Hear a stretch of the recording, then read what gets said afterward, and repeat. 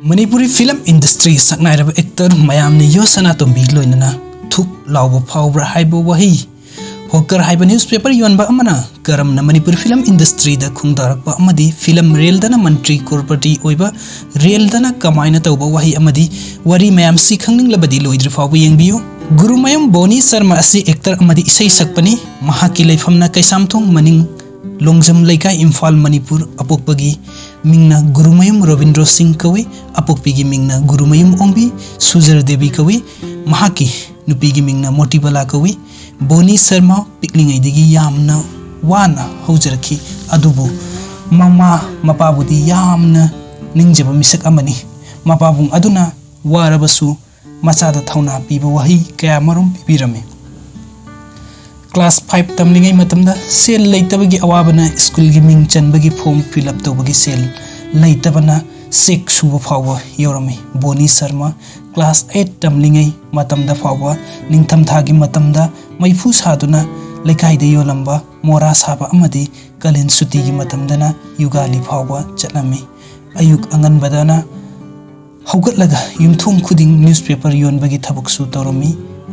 Mamanabi mamangda ikaibadi phawi adubu hingbagi lanphamni tawdabadi yade haibagi wakhalda thabuk adu chatharami sahi khargi matung Bonny Sharma gi apokpadu anaba amana kanna henjelaki lairabu kawbana sel leitabana layeng badu ngamkhide amadi matamdudasu Bonny Sharma gi metric exam thabagi matamsu oiki form fill up tawbagi sel leitabana adugi sahi adu exam thakide tha kharagi matungda metric result adu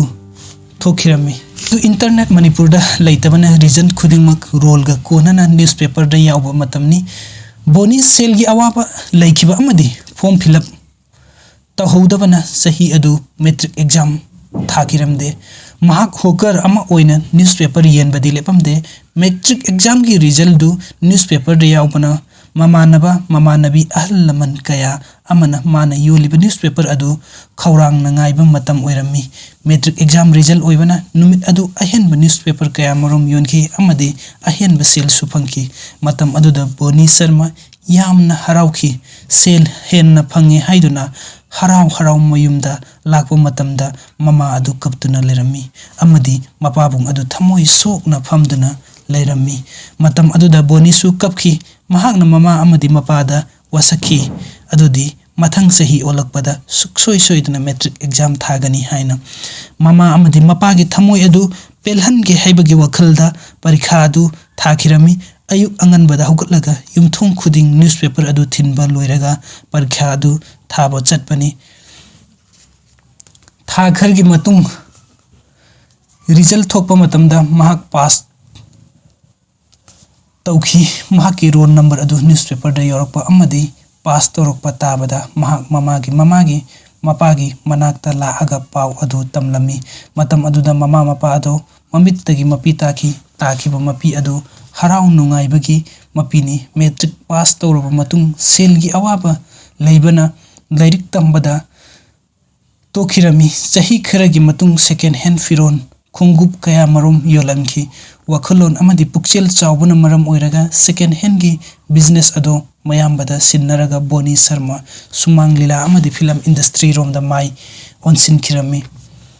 Gurumayum Bonny Sharma nakum khiba shumang Leela ming oina pallabada aruba isel amamba lambi 26 nongalamdaida yening thana ngairi opium war pizza asina chingbani shumang Leela gi matamda yamna ming laikhraba dialogue thuk lawba haiba wahi asi asumna tawbani Leela mayam punba matamda practice tawba matam aduda mahaka yamna punba manaunupa thokpa amana wahi asi sorokta mi ama chatpa matamda angang aduna hek yengbada hek thuk lawba phawi haiba matamduda Bonny gi thamoiduda pankhiba director amadi mayam Bonny na wahi asi hapsi haina haibadagi hapkibani adugumba thuk lawbra haibasi malem amadi Manipur da khangnakiba Bonny Sharma gi dialogue asinani Bonny gi ahanba Manipuri film lanmai thanbi as a villain role aduga matung as a lead role Yaiskulgi pakhang angaoba हाइब film अदुदा यु सनातुंबीगी role अदु मियामना पामनखी अमदी हौजिक फावबा सिंथानरी बोनी ना फंखिबा अवार्ड सिंग अदुदी number 1 best actor award at Manipuri film festival 2013 for the film याइस्कुल्गी pakhang angaoba. Number 2 the best actor leading role by second SS manifa 2013 for the film Western Sankirtan. Number 3 the best actor for the negative role for the film confirmed by 6 SS manifa 2017. And number 4 the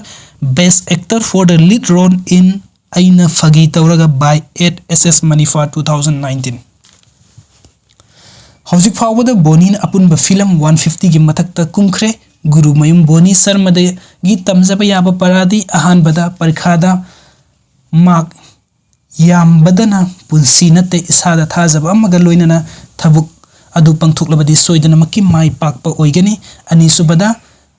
पुक्सा की दमकता चिलहाउ थीदबा अहुमसुबदा इसागी पामजब थबुक असिदा माई पाकत्रिफाबु होतनबा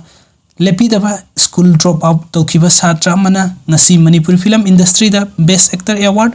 बोनी शर्मा फंगबा ngamlaga mayam karigi ngamloi soidanamaki ngamgani hotnaba lepigano Boney Sharma की थौना asi online Manipur YouTube channel असिना इकाई खुमनाबु उच्चरी पुंसी की लानफम असिदा निसा सादुना सुसाइड तौबना कानबु पुरकदबा नते प्रॉब्लम खुदिंग मकी सॉल्यूशन लई सॉल्यूशन अदु थिबियु अमदी तौबियु.